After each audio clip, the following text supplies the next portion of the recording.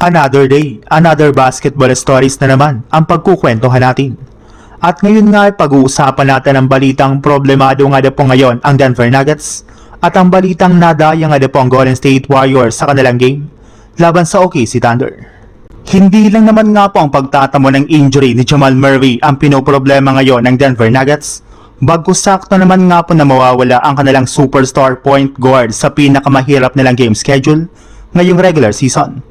Para nga po sa inyong kaalaman, puro nga po mga legit na championship contender ang kanilang mga makakalaban sa mga darating na araw kagaya na lang ng OKC Thunder, Houston Rockets, San Antonio Spurs, Los Angeles Lakers at ang Philadelphia 76ers. Lahat nga po ng mga makakabangga nila next week ay malalakas talaga na siguradong magpapahirap ng gusto sa kanilang kupunan.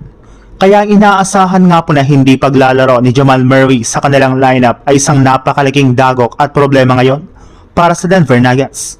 Hindi rin naman nga po gaano kalakihan ang kanilang kalamangan sa mga teams na nasa ibaba ng standings. Kaya kung sakali man nga po na magsunod-sunod ang kanilang pagkatalo ay posible nga po na mahulog sila sa play-in tournament. Sa ibang balita naman, kahit man nga po maagang natambakan ang Golden State Warriors sa kanilang game laban sa OKC Thunder, ay sinubukan rin naman nga po sana ng kanilang team na makapag-comeback sa huling mga minuto ng fourth quarter nang magkaroon sila dito ng huling push at scoring run. Sadyang pinuto lamang nga po ito ni Shai Gilgeous-Alexander gamit ang kanyang crucial 3-pointer at ang crucial free throws na siyang nag-seal ng panalo para sa OKC. Sa score naman 104-97.